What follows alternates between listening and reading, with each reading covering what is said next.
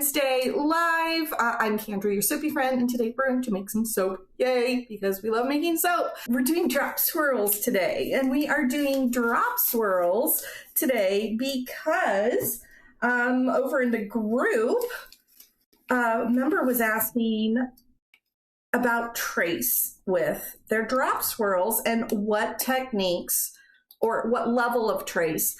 And it came down to, I believe, that they mostly didn't have like an understanding of thick versus thin trace and drop swirls.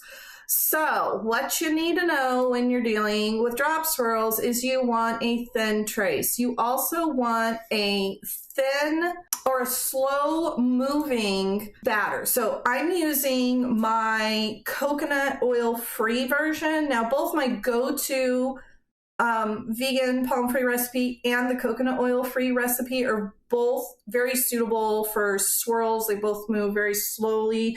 I've just been doing a lot more soap making with the coconut oil free based on some requests I've had for custom orders. So I'm like, yeah, let's do the coconut oil free again. And I did add in some cocoa butter just to make it a little more fun, a little more interesting. And gosh, I just love that cocoa butter. This is going to be unscented. I had a poll up over in the Facebook group, and you all selected to use some Ann George colorants, Annatto, and some Indigo. So these are our oil infusions. I'm warming my oils up just a little bit. They drop down to 110. And since this is the coconut oil free, so it's hyaluronic acid, it's going to trace very slowly. And I want it to trace a little bit faster than super slowly for our live here. Hi, Karen. Thanks for popping in. So I'm just warming up a little bit. I'm going to get to about 130. So we just need another minute or two. Maybe I'll go to 120-ish. We should be ready to go here. Yes, we are at 133. So I crank that sucker up. I put the link for the oils, the colorant classes, and my go-to recipe or my coconut oil free recipe in the description. All of those are included with the membership. And one thing I didn't include and should have, and I'll go and add it, is a link to the multicolor batch splitting tutorial and math worksheet. So you don't have to think about math. Let me get my resin out of the way. So when you are splitting a batch, and we're going to have 4 colors, I need another picture. We're going to have 4 colors in our soap. We're going to have white, the base color. We're going to have Annatto, so yellowish orange. We're going to have blue with the indigo. And then I'm going to mix these two and we're going to make green. And like I said, the base color. So those are 4 colors. So 2 of those colors have infused oils. So yeah, how do we do that? Well, you do a little bit of math and you do a little bit of measuring, and I am missing some oils from here, which are here and need to be in here. So let me pour this off real quick. So what the worksheet does is it walks you through all the math, but then it's just fill in the blank.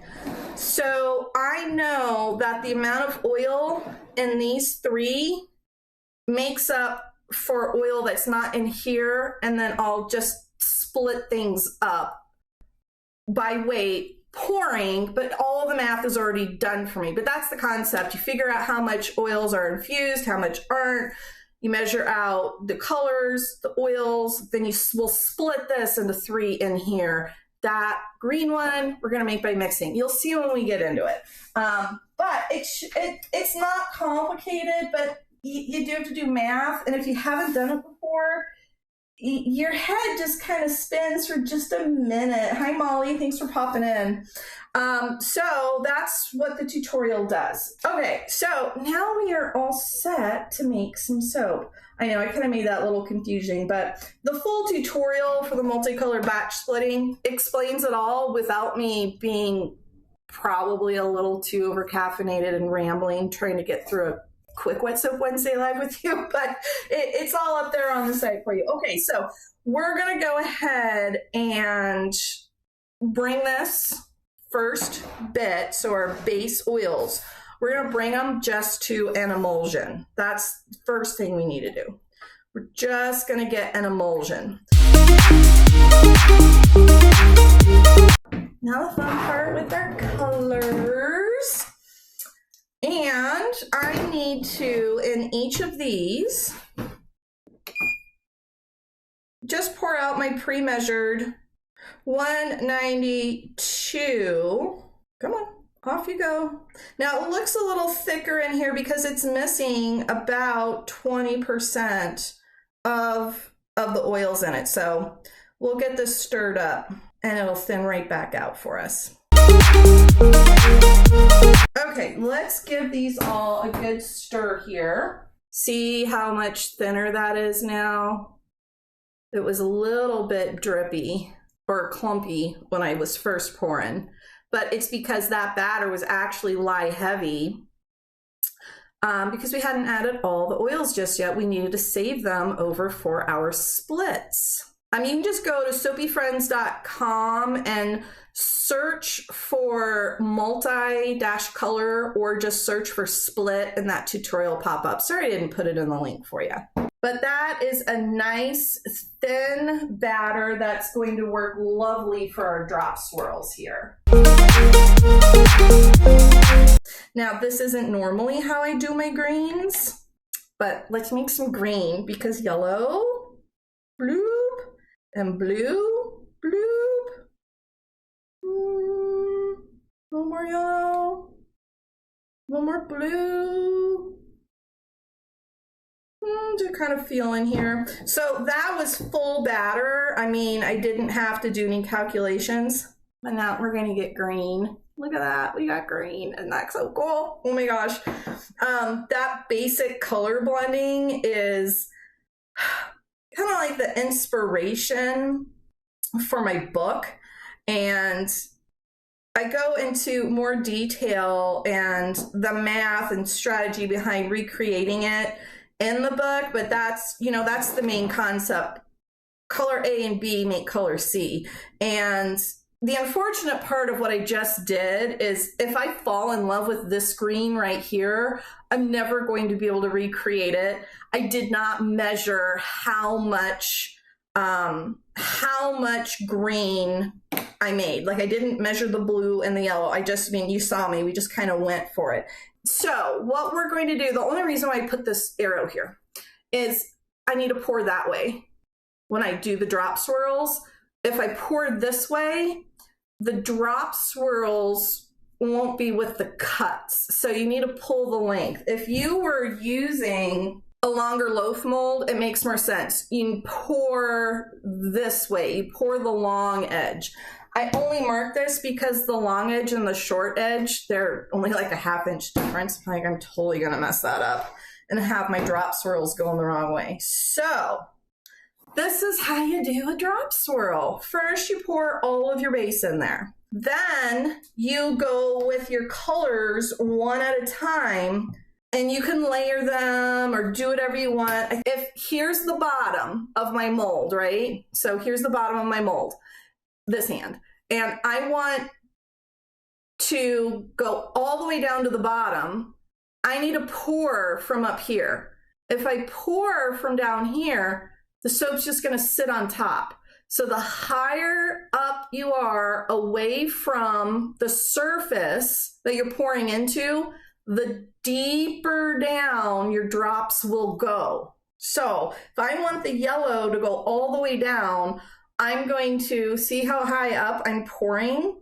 I'm about twice the height. Probably don't need to go that far. I'm not going that, it's not that deep in there, but I'm pouring from up high on the yellow. Let's see if I can do it without making a mess. I can start over here and then come back, and I'm just going to go a couple passes kind of, in the same. Okay, there you go. Yellow, yellow, done for now. Let's do the same thing with the blue, and I think I'm going to do the yellow again too.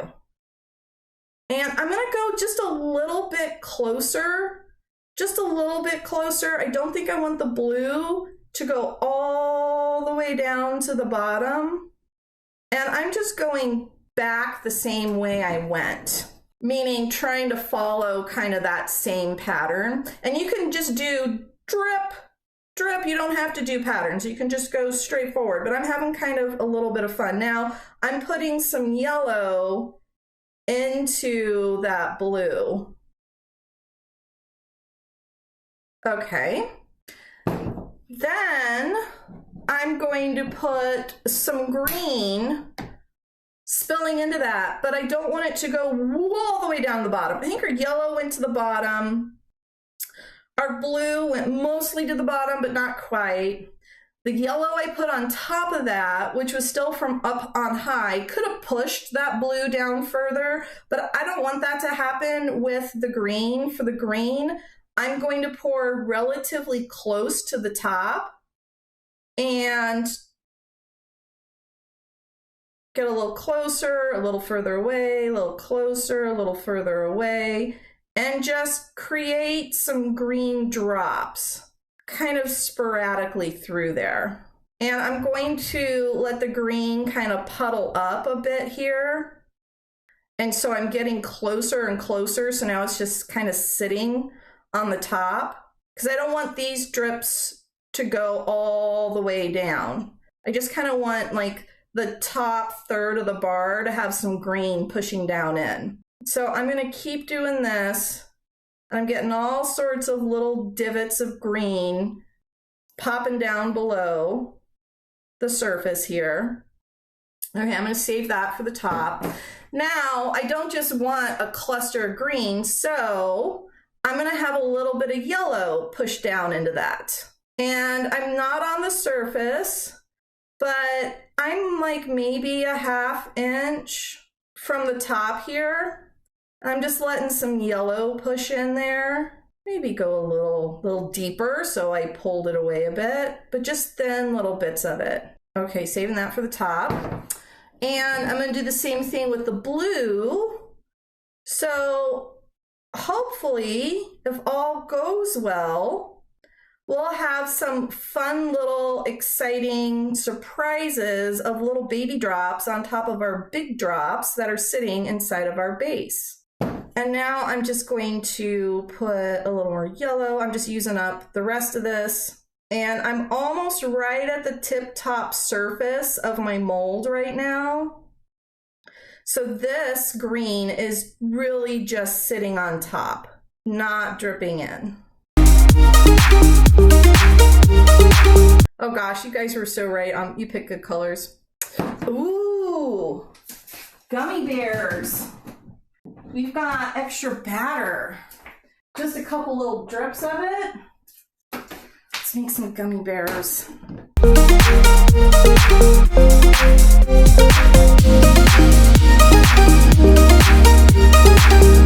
All right, so chopstick swirl now.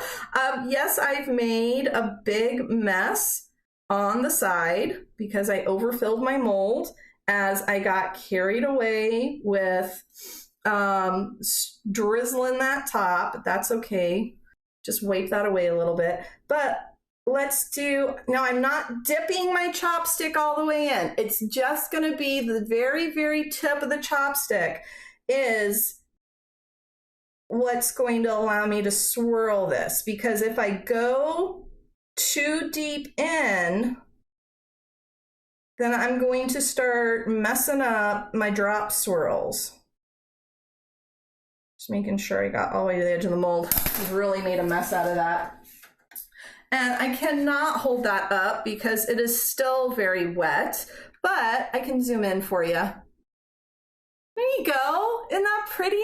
Oh, it's going to be great. So the colors will be much more vibrant once the soap sets up. Wet soap is a little more, it's just a little darker. It's just a bit more opaque than the dry soap. And that, you know, it's a little bit of color theory with you know, light reflecting or absorbing. And so we'll have some nice blue, green, and yellow in our soap with some pretty fun little drop swirls. I'm peeking down the side. It's going to be awesome.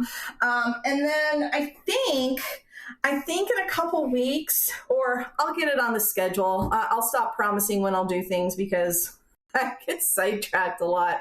But I will put it on the schedule to do a tall and skinny drop swirl because those are fun. I like that nice big drip down the middle with little layered drips in there. I think they're really pretty in tall and skinny molds too. But this gives us a nice idea of, you know, different layering. And then when we go back to look at the cut, we'll see how the different depths that I poured at, or rather heights, because the higher up, the deeper it goes, you know, we'll see where they ended up dropping into from that height.